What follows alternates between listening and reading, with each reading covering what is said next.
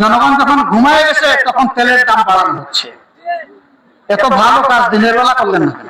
আবার এক মাসের ব্যবধানে আবার সে প্রায় 5 টাকা করে 3টা আইটেমের দাম বাড়ানো। এটি আসলেই জনগণের উপর একটা জুলুম।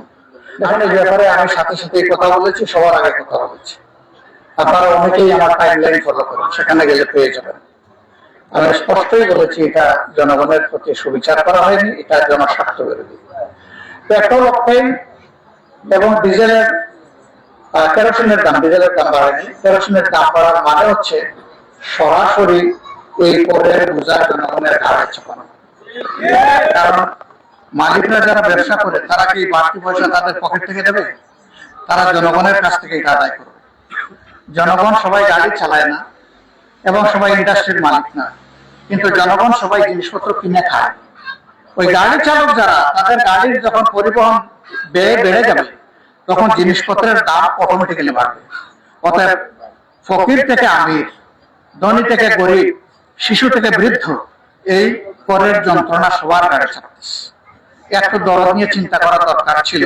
এই কেবল গত মাসে 8 থেকে 12% বাড়ানো হয়েছে দাম।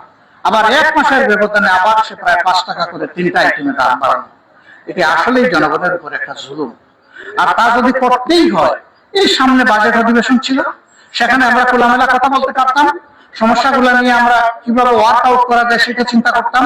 এবং বিগত অধিবেশনে একটা কমিটি গঠন করা হয়েছে জ্বালানি ক্রাইসিস মোকাবেলার জন্য, সেই কমিটিতেও বিষয়টা আলোচনা করা যেত।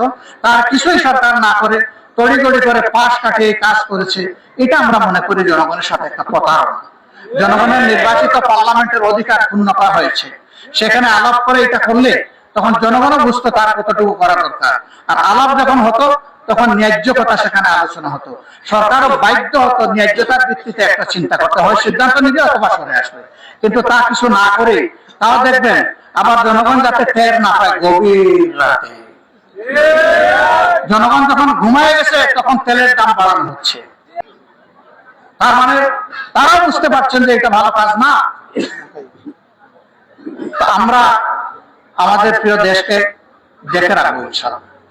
এই আমরা বলতে আমরা ধরেন 90 জন সদস্য যারা সংসদে আছে বিরোধী দলের নারী পুরুষ মিলে, তারা আমরা বলতে এই দেশের মালিক জনগণ ইনশাআল্লাহ।